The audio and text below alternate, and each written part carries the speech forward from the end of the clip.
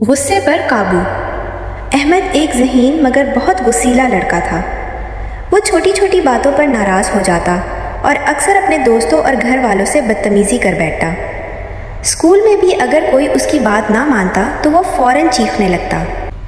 ایک دن اسکول میں کھیل کے دوران اس کے دوست علی سے غلطی سے گیند احمد کو لگ گئی۔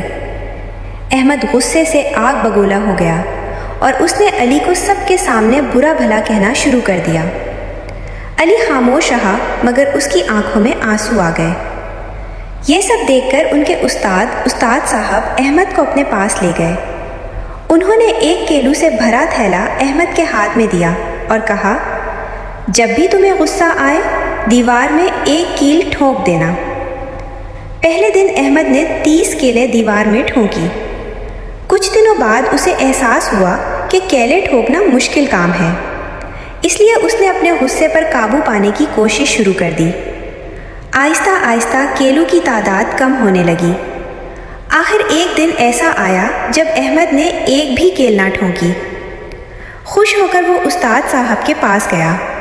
استاد نے کہا، اب ہر اس دن کے بدلے ایک کیل نکالو جس دن تم غصہ قابو میں رکھو۔ کچھ ہفتوں بعد تمام کیلیں نکل گئیں۔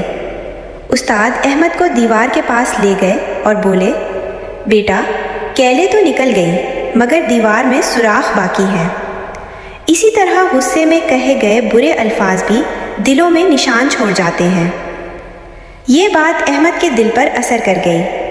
اس دن کے بعد اس نے غصے پر قابو پانا سیکھ لیا اور نرم لہجے میں بات کرنے لگا۔ جلد ہی سب لوگ اسے پہلے سے زیادہ پسند کرنے لگے۔ سبق: غصہ انسان کا سب سے بڑا دشمن ہے۔